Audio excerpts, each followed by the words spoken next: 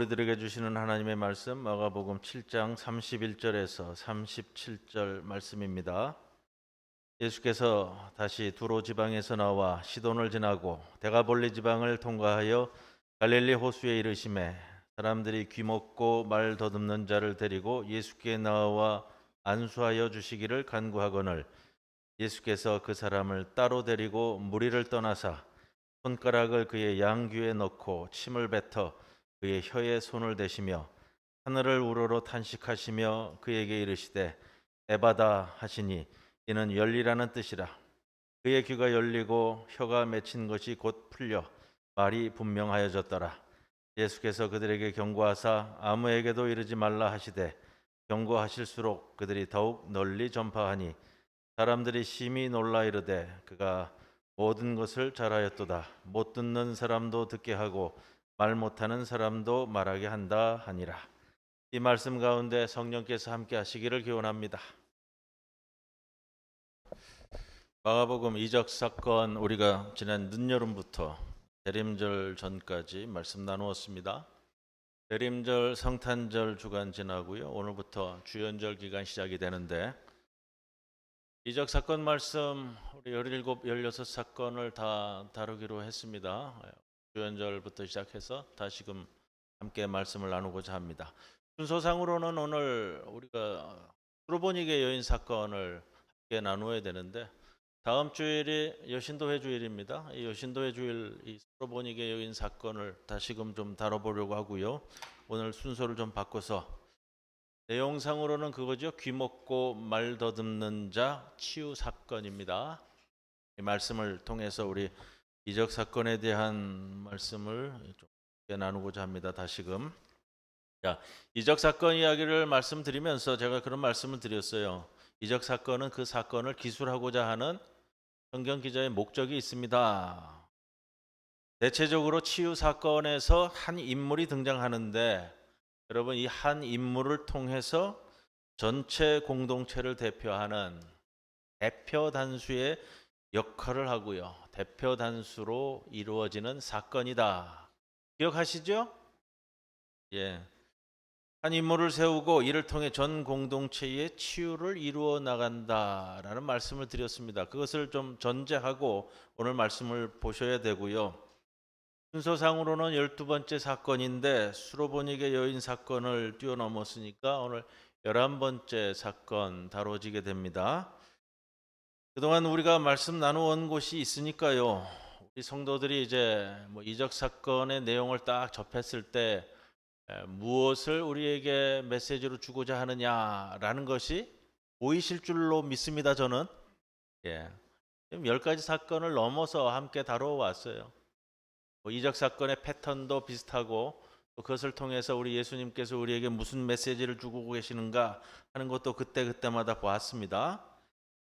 자, 상태는 귀먹고 말 더듬는 자입니다. 성서 오늘 번역 표현으로는 그대로예요. 귀먹었다. 요즘은 귀먹었다 이렇게 말을 표현하는 걸 조금 지금 순화 과정 중에 있기 때문에요. 다음번에 성경 번역이 되면은 이런 말들을 조금 다 좀 수정해 가지고 나올 줄로 생각합니다. 청각 장애인이죠? 예. 청각 장애인이다 보니까 말을 더듬을 수밖에 없습니다. 듣는 게 불안전하니까 말하는 것도 불안전해지는 거예요. 청각 장애와 말 더듬는 것은 상태입니다. 상태. 마가복음 치유 사건에서 치유 사건을 다루는 데 있어서 병명이 나오는데 그 병명은 제가 항상 말씀을 드렸어요. 명사로 사용되는 것이 아니라 항상 형용사로 표현된다고요. 형용사로 표현되면 상태를 얘기하는 겁니다. 자, 말씀 보시면 31절에 지역은 어디죠? 두로 지방에서 나와 시돈을 지나고 데가볼리 지방을 통과해서 갈릴리 호수에 이르렀다. 이렇게 되어지는데 조금 수정을 좀 제가 보겠습니다. 번역상으로는 데가볼리 지방을 통과하여 호수에 이르러를 데가볼리 윗지역 갈릴리 호숫가 지역이었다. 이렇게 보는 게 맞아요. 데가볼리 지역은 이제 여러분들 아시죠? 요단강 동쪽 이방인 지역입니다. 그 북쪽에 있는 갈릴리 호숫가 지역에 다다랐다라는 건데 뭐 복잡한 건 기억 안 하셔도 되고요. 한 가지만 우리가 짚고 시작을 합니다. 뭐냐면 대가볼리 지역 윗지역인데 순수한 여기는 이방인 지역이다 라는 것만 기억하시면 됩니다. 오늘 사건에서 주님께서 이적 사건, 특히 마가복음의 초기 사건, 중기 사건에서는 항상 이방인 지역과 갈릴리 유대 지역을 오고 가시면서 복음을 전파하셨습니다. 그 중에서 오늘은 완전히 이방인 지역이고요. 우리가 먼저 다루어야 할 스로보니게 여인 지역은 접경 지역으로 봐야 됩니다. 이방인들과 유대인들의 접경 지역, 경계선 지역이다. 이게 이야기할 부분이 많은 부분, 지역적인 표현인데 거기를 지나서 오늘은 거의 순수한 이방인 지역으로 왔고, 이방인 지역에 오셨다라는 것은 이방인들을 대상으로 복음이 선포되어지고 하나님 나라가 선포되어지는 것이 동일하게 이루어진다라는 것을 봐야 되는 겁니다. 그러니까 그 오병이어 사건 지난번에 다루면서요, 유대 지역이었는데 이제 다음에 다루게 될 겁니다. 칠병이어 사건, 4천 명을 먹이신 사건은 이방 지역으로 넘어가거든요. 항상 그렇게 성서의 복음 선포가 이루어짐을 우리가 살필 수가 있고요. 자, 그럼 이제 어떤 상황에서 오늘 사건이 해석되어야 되는가? 성경은 여러분 잘 기억하세요. 성경은 말씀이자 상징인데 그 말씀은 항상 해석되어야만 합니다. 해석되어지지 않고 받아들여지는 것은 무의미하단 말이에요. 이방인 지역의 청각장애인, 말 더듬는 자를 고치신다. 청각장애는 제대로 듣지 못하니 제대로 말하지 못하는 겁니다. 제대로 듣게 하고 온전하게 듣게 된다면 올바르게 말할 겁니다. 코로나 기간 방송으로 예배를 드렸는데 녹화 방송을 주로 했습니다만 예배를 방송하면서 전달되어지는 것은 두 가지 매체입니다. 하나는 뭐냐면 비디오고 하나는 오디오예요. 비디오와 오디오가 동시에 나가죠. 비디오가 중요할까요? 오디오가 중요할까요?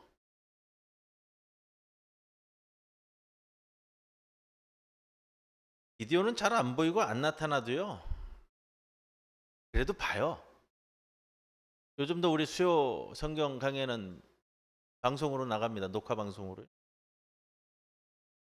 여러분들이 예배를 드릴 때 핸드폰으로 보시는 분도 있고 태블릿으로 보는 분, 컴퓨터로 보시는 분도 있고 어떤 분은 이 고화질 TV에다가 이렇게 페이퍼링 해가지고 보시는 분들도 있고 제가 보시는 예배 드리는 장면들을 몇 모습들을 좀 봐왔는데 여러분 고화질이 아니더라도 들리는 게 불편하지 않으면 전달에 그렇게 문제가 없어요. 보이는 거는 별로 그렇게 좌우되는 게 아니더라고요. 그런데 제대로 안 들리면 이게 짜증나는 거예요. 그렇죠? 보는 거야 좀 뿌옇고 에러가 나두고 그래도 갑자기 까맣게 나가더라도 보고 있어요. 근데 들리는 게 이게 안 들리면요 꺼버린다고요. 방송 예배에서는 비디오보다 오디오가 중요하다라는 것을 보게 됩니다. 우리 예전 부산 노회에 우리 노회 우리 교회가 속한 이쪽 서시찰위원회, 지금은 이 부산 서시찰위원회가 4개의 시찰회가 합쳐져서 부울 시찰회로 하나로 통합이 됐는데 작년에 통합이 됐습니다. 예전에 여기 서시찰위원회에 있을 때 8교회가 속해 있었는데 그 8교회의 목사님들이 연결된 단체 카톡방이 있었어요. 우리 여신도 남신도 카톡방처럼요 목사님들 카톡방이 있었는데 지금은 은퇴하셨는데 작년에 은퇴하셨나 그래요? 아직 이 카톡방 없어진 시찰인데 아직 이 카톡방이 운영이 됩니다. 지금도 그러세요. 좀 유별나게 단체 카톡방에다가 엉뚱한 거 올리시는 목사님이 계세요. 출처도 불분명하고 작성자를 표기했는데 그 작성자가 그런 글을 쓴 적이 없어요. 그럼 내용이라도 좀 맞아야 되는데 내용도 허무맹랑해요. 그래서 그때마다 제가 좀 말씀을 드렸어요. 그러시지 말라고요. 이게 출처도 불분명하고 내용도 맞지 않는 이런 걸들 자꾸 올리시는 거 아니라고요. 그래도 계속 올리세요. 더 문제는 뭐냐면 그분이, 그 목사님이 그걸 진실처럼 믿고 계시다는 거예요.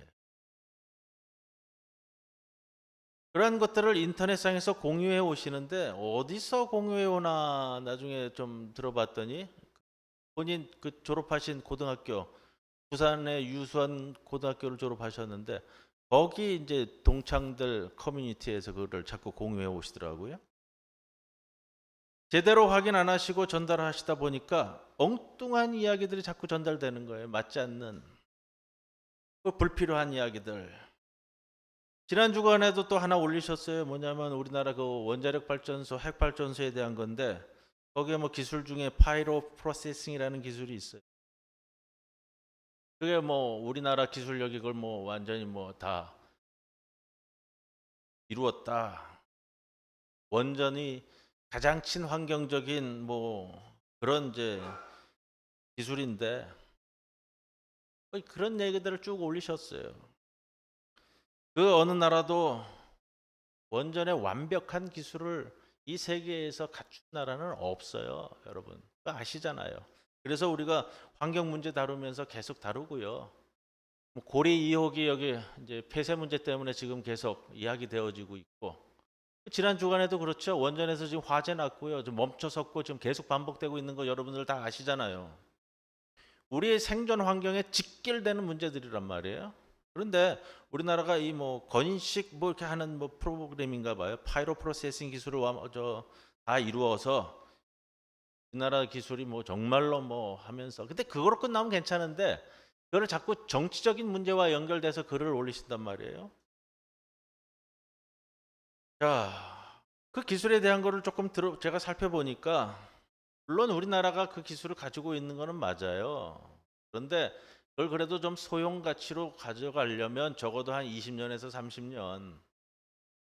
그리고 우리 저 세관교회 김영환 장로님 뭐 여러분들 아시잖아요.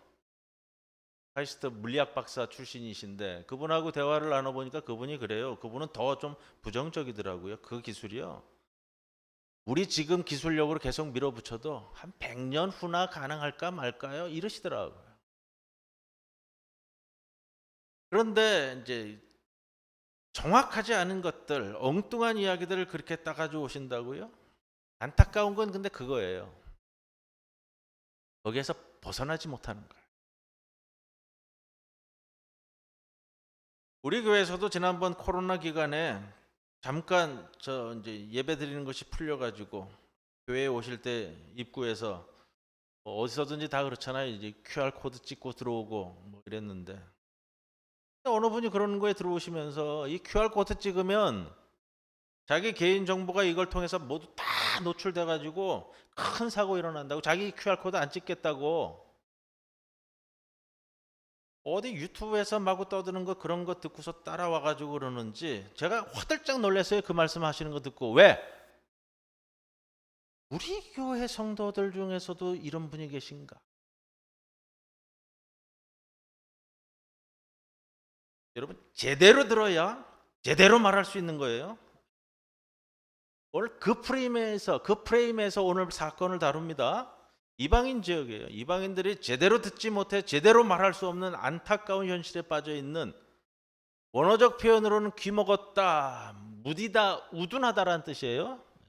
말 더듬는 사전적 표현으로는 말 더듬는이라는 표현보다는요. 말하기 힘들어하는 어렵게 말하는 말하기 어려워하는 이런 뜻인데 육체적 장애의 표현이라기보다는요. 상징적인 표현이고 그리고 우리가 항상 이야기되는 거 있잖아요. 말씀은 해석의 과정을 거쳐야 되는 겁니다.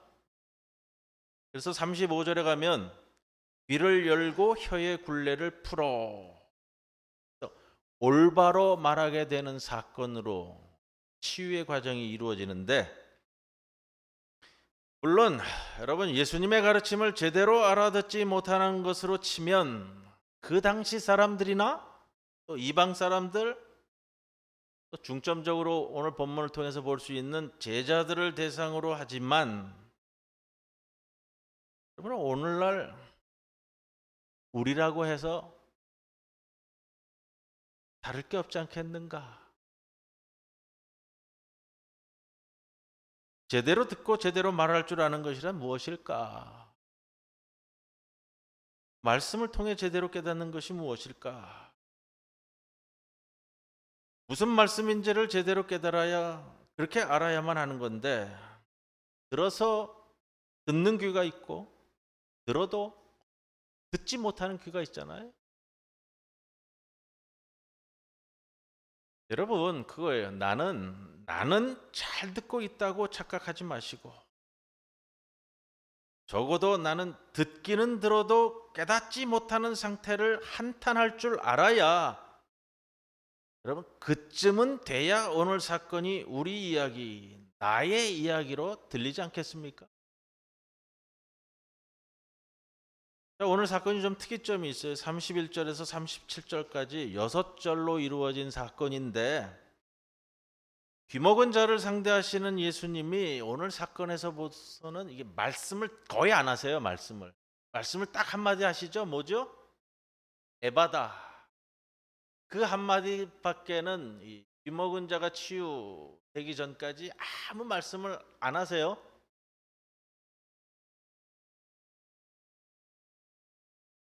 그 외에는 귀먹은 자를 상대하시는 예수님이 모든 것을 행위로서 말씀하고 계시다. 오늘 사건의 좀 특이점이에요. 그러나 굉장히 의미 있는 표현이 될 겁니다. 단순한 행위가 아니라 몸짓으로 말씀하고 계신다. 이를 통해 우리가 무언가를 깨닫기를 원하고 계시고 또 이를 해석할 책임이 우리에게 있습니다. 그래야 메시지가 올바로 전달해 올 겁니다. 32절 말씀 보세요. 사람들이 귀먹고 말 더듬는 자를 예수께로 데리고 왔다. 원하는 것은 뭐죠? 안수하여 주시기를 간구하였습니다. 왜 안수하여 주시기를 간구했을까요? 낫기를 원하니까. 예수님이 안수하셨어요?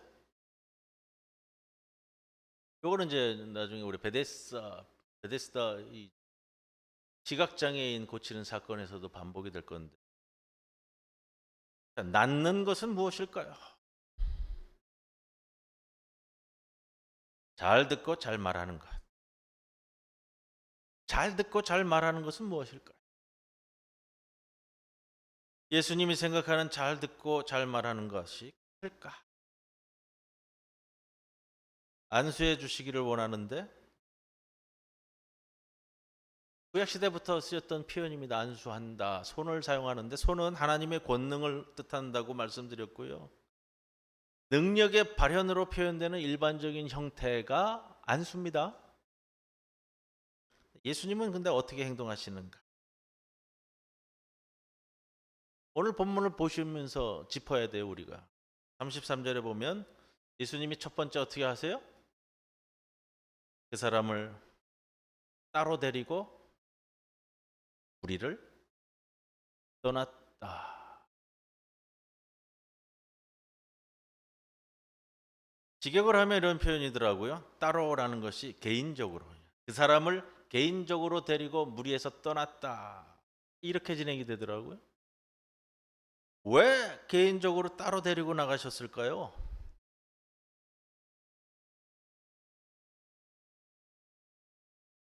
혹 신학자들이 그런 표현을 썼어요? 예수님의 치유 기법을 숨기려고 했다. 비법인가요? 비법? 오히려 많은 사람들 보는 앞에서 치유했을 때 복음 선포가 되는 것 아니겠어요? 왜 예수님이 따로 데리고 나가셨을까? 숨기려고 그랬을까? 우리로부터 따로 데리고 나왔다. 여러분, 치유 기법을 숨기려는 게 아니라 좀 반대로 한번 생각해 보는 거예요. 뭐냐? 이것이 치유 기법이다. 이것이 치유 방법이 아니겠느냐. 이 자체가 치유가 아니겠느냐라는 거예요. 뭐냐? 공동체 안에 있으면 치유가 안 된다는 거예요. 우리로부터 마을 밖으로 나와야 이게 치유가 된다라는 것 아니겠느냐. 그럼 뭘 이야기하려고 하실까? 마을에는, 공동체에는 그렇잖아요. 마을 공동체라는 것은 수십 년, 수백 년 이루어진 공동체에 대해서는 항상 이렇게 굳어져 있는 사고들이 있어요.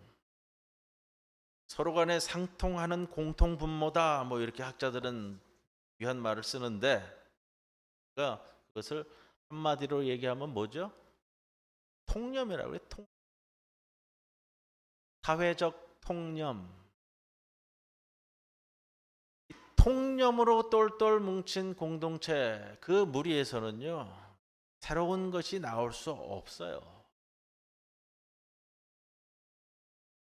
사회적인 통념, 그냥 그렇게 여겨지는 것, 그렇게 굳어진 것, 좋을 수도 있고요, 아닐 수도 있고요.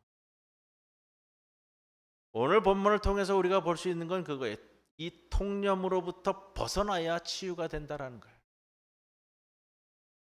SNS 상에서 또 유튜브만 보면, 여기 국제시장, 저기 깡통시장 다니다 보면요, 상인들이 거의 핸드폰 켜놓고서는 유튜브를 봐요. 유튜브에서 나오는 뉴스가 공중파 뉴스인 줄 아시더라고요, 이 양반들이. 이게 구분이 안 되시나 보더라고요, 이게. 유튜브 뉴스를 공중파 뉴스, 9시 뉴스로 이해를 하시는 것 같아.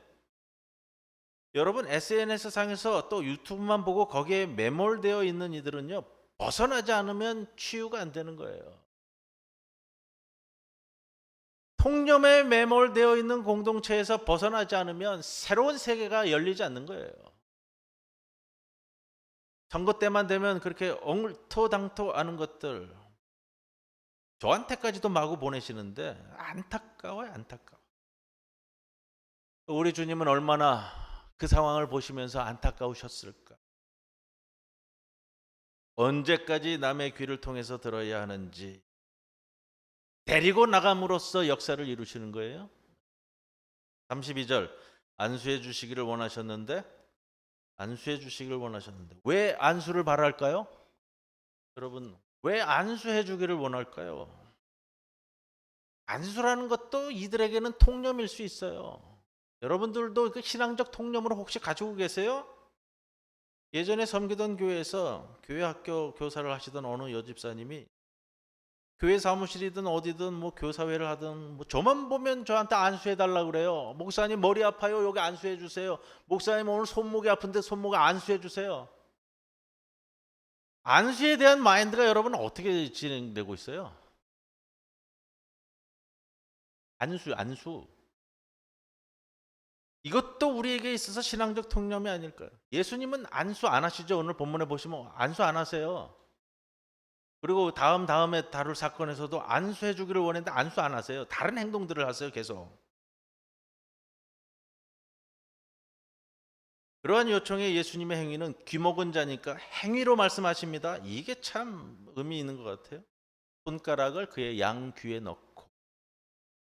안수의 또 다른 표현 아닙니까? 그렇게 얘기한다면 그럴 수도 있어요. 그러나 일반적인 통념을 벗어나는 행위이기도 합니다. 오늘 주보 표지 보세요.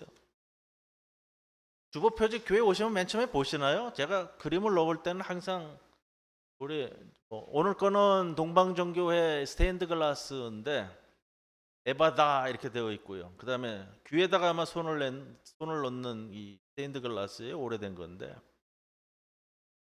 제가 오늘 본문에 맞춰서 주보 표지를 이렇게 초이스하다가 보니까 아주 노골적인 성화도 있어요.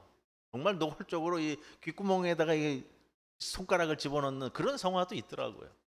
제일 무난한 거 오늘 이거를 좀 제가 선택을 했습니다. 안수 대신에 두 귀를 뚫는 행위. 안수에서 이 손은 권능을 상징합니다라고 말씀을 드렸습니다. 손가락을 대는 것은 무엇일까? 같은 표현으로 성경에 나타나요. 누가복음 11장 20절 보면 이렇게 기록이 됩니다. 내가 만일 하나님의 손을 힘입어 귀신을 쫓아낸다면 하면서 하나님의 손인데 그 손에 1번 각주 번호가 붙었어요. 성경 맨 밑에 보시면은 또 다른 표현으로 손가락 이렇게 되어 있습니다. 그러면 이렇게 번역이 되겠어요. 내가 만일 하나님의 손가락을 힘입어. 손을 힘입는 거나 손가락을 힘입는 거나 성경에서 같이 사용하고 있다. 손과 손가락은 같은 의미입니다. 마가복음에서도 오늘 여기 한 번만 쓰였습니다. 손가락으로 귀 먹은 자의 귀 뚫는 신용을 통해 귀 먹은 자로 하여금 예수님을 통해 일하시는 하나님의 권능에 의지하라는 메시지입니다. 상상해 보세요. 이 복수로 쓰이고 우리 번역에는 양귀라고 되어 있으니까 양손의 손가락으로 아마 엄지를 넣는지 검지를 넣는지 이거 모르겠어요. 그런 표현은 안 나오니까. 자, 손가락으로 귀를 뚫는 이 신용 모습이에요. 침을 뱉어 그의 혀에 손을 대시며 손을 대었다라는 것은 동일하게 다가갈 수 있습니다. 혀라는 것은 말이라는 말과 같은 단어를 씁니다. 자, 이것까지는 이해하겠죠? 혀에 손을 대시며 침을 뱉어가 나와요. 침을 뱉어. 예전에 한번 마가복음 강의 시간 오후 시간이었기 때문에 제가 오늘 이 표현을 가지고 다시 한번 말씀 나눕니다. 침을 뱉었다. 이 말씀을 침의 치료 효과다. 침이 소독 역할을 한다. 이렇게 접근하면 여러분 이거 이렇게 접근하면 이제 저나 여러분들이 다 난감해지는 거예요. 같이 성경 말씀을 그래도 같이 진행해 왔는데 아이 침이 그런 효과가 있대. 이게 랍비들의 문헌에 그런 내용들이 있다고 그러더라고요. 그러다 보니까 그렇게 해석해서 말씀하시는 분들이 계세요. 서로 난감해져요. 침을 뱉는다. 여러분 어떤 때 저기 사람한테 침을 뱉어요? 내가 침 뱉음을 당해봐요. 이거 얼마나 모욕적이고 치욕적이에요. 어떤 때 저 침을 뱉어요? 사람한테. 굉장한 꾸짖음이에요. 비난이고요. 그렇죠? 정말로 저 사람 나한테 침뱉음을 당해야 될 사람이라고 여길 때 침뱉는다고요. 8장의 벳세다의 시각장애인 사건에도 눈에다가 침을 뱉어요. 예수님께서. 자, 그 똑같이 접근해가지고 침이 안질에 효과가 있어서 그랬습니다. 이렇게 접근하면 이제 난감해지는 거예요. 우리가 말씀을 보시면서. 이렇게 접근하면 엉뚱한 해석되는 거고요. 이게 모욕적이고 치욕적이잖아요. 정말로 아주 극대화된 꾸짖음. 침뱉음을 당하는 것과 같은 꾸짖음으로 들을 수 있어야 치유받을 수 있지 않겠습니까? 앞에 우리 다음 주 다룰 사건인데 앞에 이 수로보니게 여인의 사건을 보면 예수님이 굉장히 이 수로보니게 여인을 막 다룹니다. 다음 주에 좀 다루실 말씀인데 막 다뤄요. 예수님이 이 수로보니게 여인을. 근데 이 여인이 그 꾸지람을 그대로 다 받아친다고요? 그래서 제가 다음 주일 여신도의 주일 본문으로 또 정했어요. 손가락을 그의 양귀에 넣고 침을 뱉어 그의 혀에 손을 대시며. 제가 이 장면을 머릿속에 그리면서 그렇게 그려봤어요. 어떤 태권도 선수가 기왓장을 격파하기 전에 딱 자리를 잡고 가지런히 기왓장을 정돈하고 그 위에 수건도 올리고 그리고 한번 심호흡을 하고 기합을 넣잖아요. 우리 예수님께서 하늘을 우러러 탄식하시며 뭔가 무거운 짐에 눌려서 가슴 답답해하는 그 신음이고 그 탄식 아니겠어요? 귀먹고 혀 어눌한 자, 가르침을 제대로 알아듣지 못하는 이방의 귀먹은 자들이 답답하고 안타까워서 하시는 예수님의 탄식. 공감이에요, 공감. 답답함에 대한 공감. 여러분, 세월호 유족들, 자식 잃은 자들에 대한 공감 여러분 있으세요? 자식 있는 자들은 이 공감할 수 있어야 되잖아요. 이태원 참사 희생자 유족들에 대한 공감하시냐고요. 유가족들이 지난번 또 부산에 오셔서 그런 말씀들을 하셨어요. 위로도 필요 없습니다. 기도도 필요 없습니다. 그 어떤 말도 필요 없습니다. 같이 분노해 주십시오 그러시더라고요. 여러분, 이거를 기도도 필요 없다 그러니까 저 사람들이 도대체 무슨 소리 하는 거야, 이러시면 이제 귀먹은 자 되는 거예요. 여러분들, 그게 귀먹은 자들이에요. 같이 분노해 달라고 요청하는 것을 제대로 들으실 수 있어야 귀 뚫린 자가 되는 거잖아요. 귀먹은 자의 답답함을 공감하여 하나님께 탄식하고 하늘을 우러러 보듯이 이 귀먹은 자에게도 하나님을 향하여 귀를 열어주시고 혀를 풀어달라고 간구하는 뜻으로 그 가르침을 귀먹은 자에게 몸짓 언어로 보여주시는 사건입니다. 그러면서 마지막으로 일격을 가하는 거죠. 그 일격이 뭐예요? 에바다. 모든 몸짓 설교의 클라이막스에 에바다. 열리라. 이것만 아람어예요. 아람어. 다른 거 헬라어로 다 쓰였는데 우리가 가끔 뭐 달리다쿰이라든지 이럴 때 아람어만 탁 들어올 때가 있어요. 성경에서. 강조하겠다라는 거고요. 뭔가 이것을 통해서 요약해서 우리에게 전해주시는 핵심이라는 거잖아요. 열리라라는 건데요. 명령형 수동태로 쓰였어요. 번역하기가 참 어려웠을 것 같아요. 열려져라라고 해야 될런지 뭐 어떻게 해야 될런지. 수동태로 수동태 명령법으로 쓰이는 단어인데 귀먹은 자가 제 귀를 자기가 열 수는 없을 거예요. 누군가 열어줌으로써만 열릴 수 있습니다. 그러나 아무리 귀를 열기 위해 가르쳐도 열리지 않는 사람이 있습니다. 그래서 우리 장로님들이 대표 기도하실 때마다 그렇게 기도하시는 것 같아요. 성령의 감화 감동을 기원하시는. 예수님도 그들 귀를 열어주시기 위해 설교하며 가르치셨겠지만 끝내 그 귀를 열어주시는 분은 하나님일 수밖에 없지 않겠습니까? 그래서 하늘을 우러러보며 탄식하셨던 겁니다.